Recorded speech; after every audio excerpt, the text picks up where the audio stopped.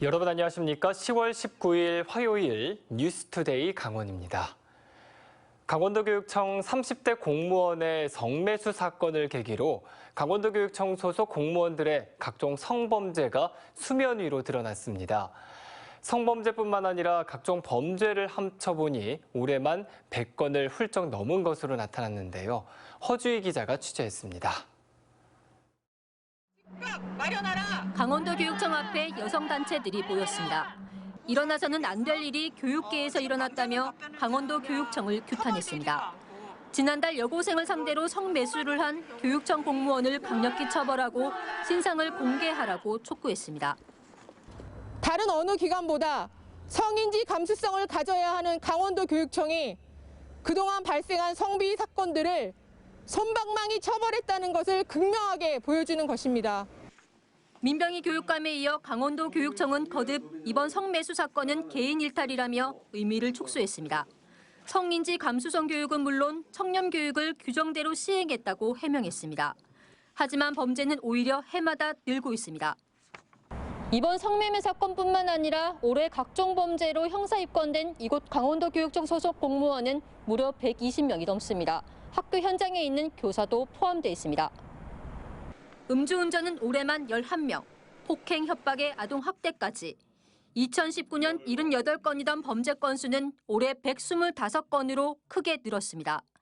특히 아동 음란물 소지와 강제추행 등 성범죄도 최근 3년간 19명이나 저질렀습니다. 교육계에서 더더욱 있어서는 안 될 범죄지만 처벌은 솜방망이 수준이었습니다.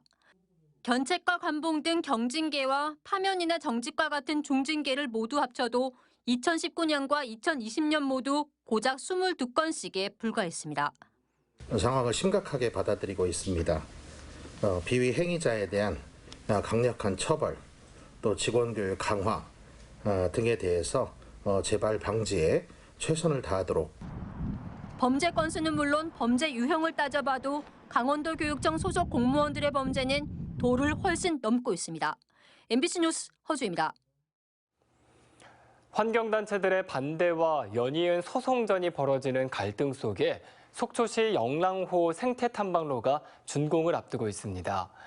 사업이 막바지에 이르면서 속초시 의회가 현장을 점검했고 환경단체들은 선상 반대 시위를 벌였습니다. 김인성 기자의 보도입니다. 속초 영랑호 생태탐방로 조성 사업이 마무리 단계에 접어들었습니다. 속초 북부권을 살려야 한다며 지역 주민들이 요청해 시작된 이 사업은 환경단체들의 반대와 소송으로 갈등을 빚기 시작했습니다. 특히 환경단체들은 영랑호에 수달과 흑고니 등 멸종 위기종이 살고 있다며 사업 추진을 반대했고 동해지방해양수산청, 원주지방환경청, 문화재청 등 정부기관에서도 여러 가지 우려를 나타내기도 했습니다.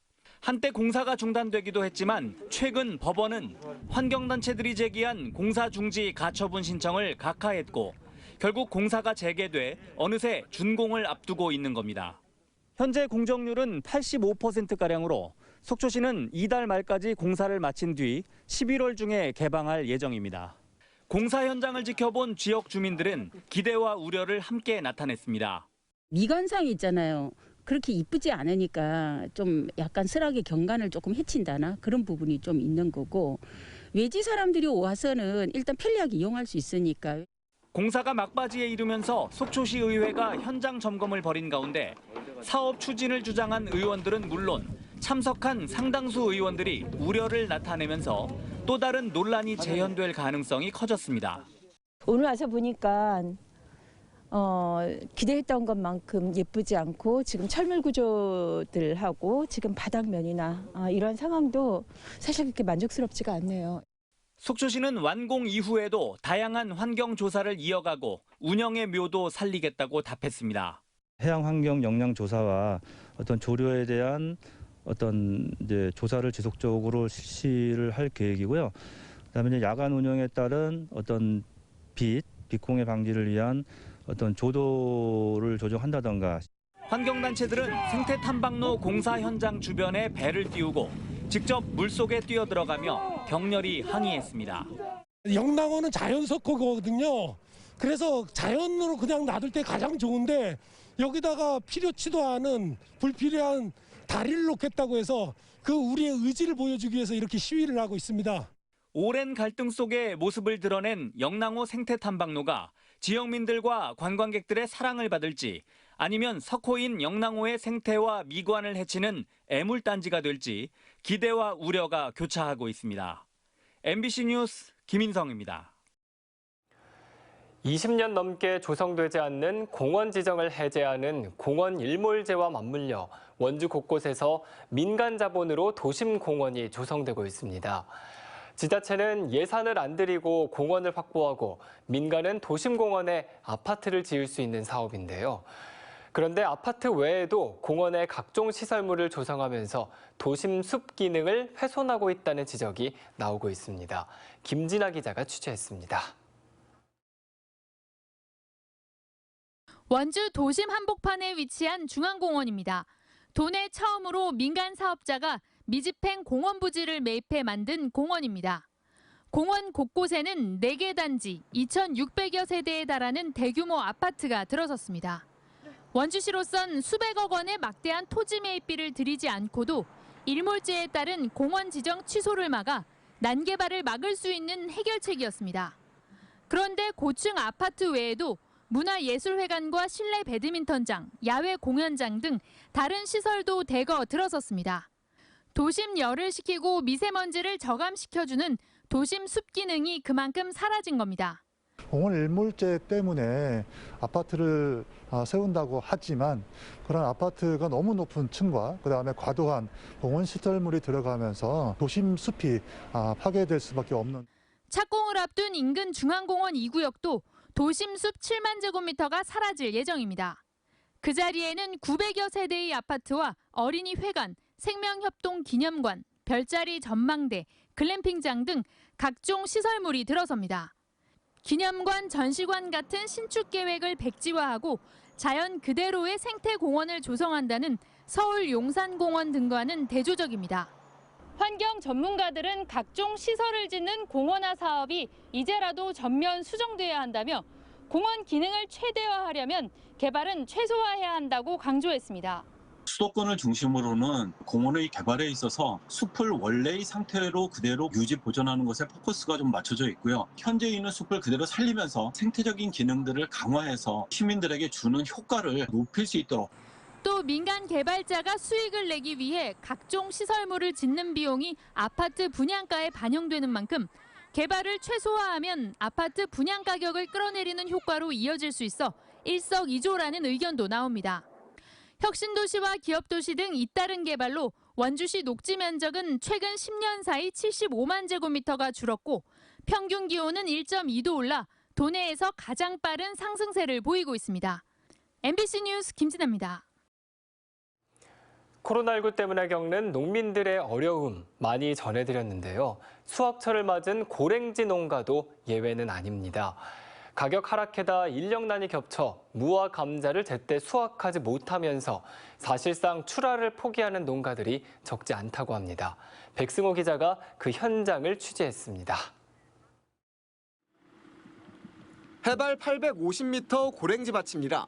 가을무 수확을 이미 끝냈어야 하는데 밭 3만 3천 제곱미터 가운데 축구장 2개 정도 물량은 그대로 밭에 방치되고 있습니다. 이게 오래되면 이런 그 상처라든가 점들이 있어서 상품성이 떨어지는 거죠. 현지에서 판매되는 무 가격은 20kg 한 상자에 3, 4천 원 수준. 지난해 15,000원과 비교하면 인건비를 들여 수확하는 게 오히려 손해라 사실상 수확을 포기하고 있는 겁니다.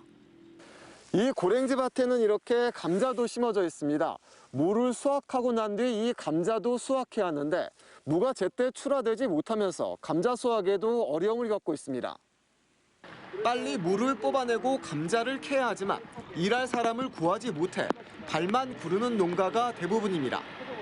물가 하락과 농촌 인력난 모두 코로나19 영향이 큽니다. 코로나19로 식당 영업이 제한되면서 무 소비가 크게 줄었고 외국인 입국 제한으로 농산일 할 사람 찾기도 어렵게 됐습니다. 운 좋게 사람을 구한다 해도 하루 인건비가 15만 원 넘게 치솟았습니다. 무 500박스 실어야 2,000원씩 받으면 이 옷이 100만 원 나와요. 그러면 작업비만 해도 200만 원 이상이 들어가야 되는데 올해 농사로 돈을 벌어 내년 농사를 준비해야 하는데 이런 상황이라면 빚에 빚을 내야 할 형편입니다. 강원도가 농산물 팔아주기에 나섰지만 농민들은 대출금 상환과 이자를 유예해주는 현실적인 대책을 더 바라고 있습니다. 지금 이런 상태라면 올해 저거 한 거를 갚지를 못해요. 빌린 돈이라든가 이런 거를. 그러다 보니까 이제 내년이 막막한 거죠. 코로나19로 벌써 2년째 큰 타격을 받고 있지만 농가를 위한 대책은 여전히 부실해 농민들은 속만 태우고 있습니다. MBC 뉴스 백소입니다. 강원도와 카카오 메이커스가 지난 15일부터 고랭지 무 소비 확대를 위해 시작한 강원 청정 고랭지 무 판매 행사가 조기에 마감됐습니다. 카카오 커머스의 주문 제작 플랫폼인 카카오 메이커스를 통해 판매한 강원 고랭지 무는 오픈 이후 4천 상자가 완판됐습니다. 강원도는 오는 23일부터 LG 헬로비전 홈쇼핑 채널을 통해 2,100상자를 추가 판매할 계획입니다. 행정안전부가 전국의 인구 감소 지역 89곳을 처음 지정 고시하고 지원책을 내놨습니다.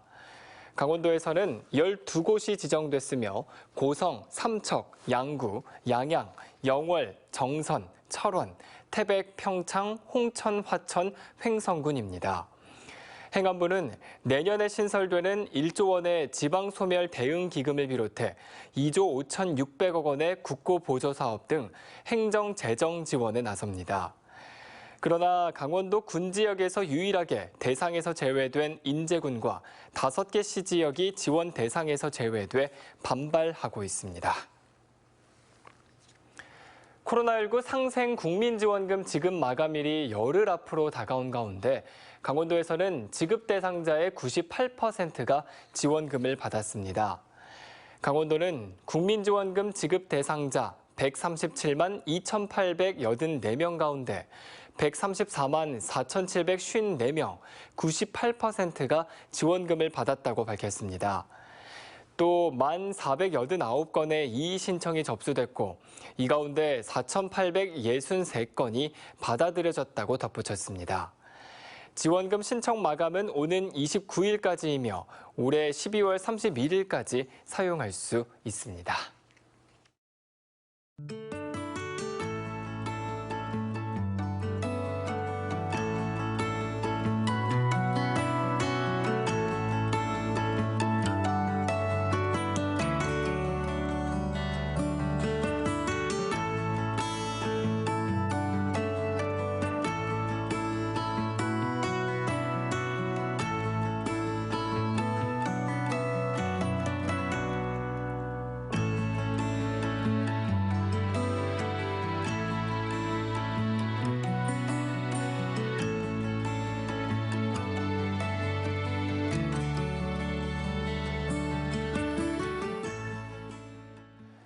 양양군의 토지 소재지였던 설악산 중청 대피소가 인제군 행정구역 안에 있는 것으로 확인됐습니다. 인제군은 지난 8월 구규림 경계도를 발견해 검토한 결과 대청봉 비석부지에 속초와 양양 등 3개 시군의 경계가 공존하고 있고 그중 중청 대피소는 인제군 소재지인 것으로 최종 확인됐다고 밝혔습니다. 이에 따라 그동안 소유권 논란을 빚어왔던 대청봉 일원의 지적 경계선이 정리되면서 중청 대피소를 소재지를 양양군에서 인제군으로 바꾸는 절차가 추진되고 있습니다. 강원도는 11월 1일부터 보름간 진행되는 코리아 세일 페스타에 앞서 강원 세일 페스타를 시작했다고 밝혔습니다. 오는 11월 말까지 진행하는 강원 세일 페스타는 온라인 쇼핑몰 강원마트에서 최대 40% 할인 행사를 지난 15일부터 시작했습니다. 또 전통시장 소상공인 대표 상품을 네이버 쇼핑 라이브와 강원 싹쓸이마트에서 역시 최고 50% 할인 판매합니다. 이 밖에 사회적 경제기업 쇼핑몰인 강원 곳간과 배달앱 일단시켜에서는 김장 상품과 인기 상품, 배달 상품 할인 쿠폰을 지급할 예정입니다. 지난해 코로나19로 열리지 못했던 전국 상업경진대회에 올해는 도내에서 8개 직업계고등학교 학생 62명이 참가했습니다. 충남 보령에서 열리고 있는 제11회 전국 상업경진대회는 대면과 비대면 방식으로 나눠 권역별로 치러지고 있습니다. 학생들은 회계 실무와 창업 실무 등 대면 분야 12개 종목과 함께 홍보 마케팅 크리에이터를 비롯한 3개의 비대면 종목에서 기량을 겨룹니다. 외국인 근로자 고용법 개정안이 지난주부터 시행되면서 외국인 노동자의 재입국 특례 범위가 확대됩니다. 기존에는 한 사업장에서만 일정 기간 근무해야만 특례가 적용됐지만 사업장과 관계없이 한 업종에서 일하면 적용되고 재입국 제한 기간도 석 달에서 한 달로 줄어들었습니다. 또 성추행이나 폭행 피해 등으로 사업장을 변경한 외국인 노동자가 억울하게 특례를 제한받기도 했지만 이 점이 개선돼 변경 이유를 확인해 특례가 적용되기로 했습니다. 동계 스포츠 활성화를 위한 참여형 생활체육 인재 육성 프로젝트인 플레이 윈터 스포츠 아카데미가 강릉에서 열립니다. 2018 평창기념재단은 오는 23일부터 2개월 동안 강릉 하키센터와 강릉 실내 빙상장에서 피겨스케이팅과 파라 아이스하키 등 2종목에 대해 강습 프로그램을 운영한다고 밝혔습니다. 참가 신청은 오늘 19일부터 플레이 윈터 공식 홈페이지에서 할 수 있습니다.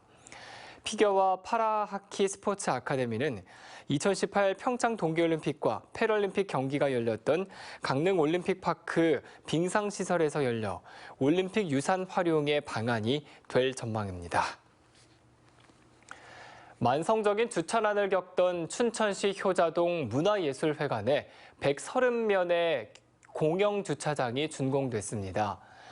춘천시는 사업비 41억 원을 들여 주차면수 130면의 지상 2층 규모로 문화예술회관 공영주차장을 준공했다고 밝혔습니다.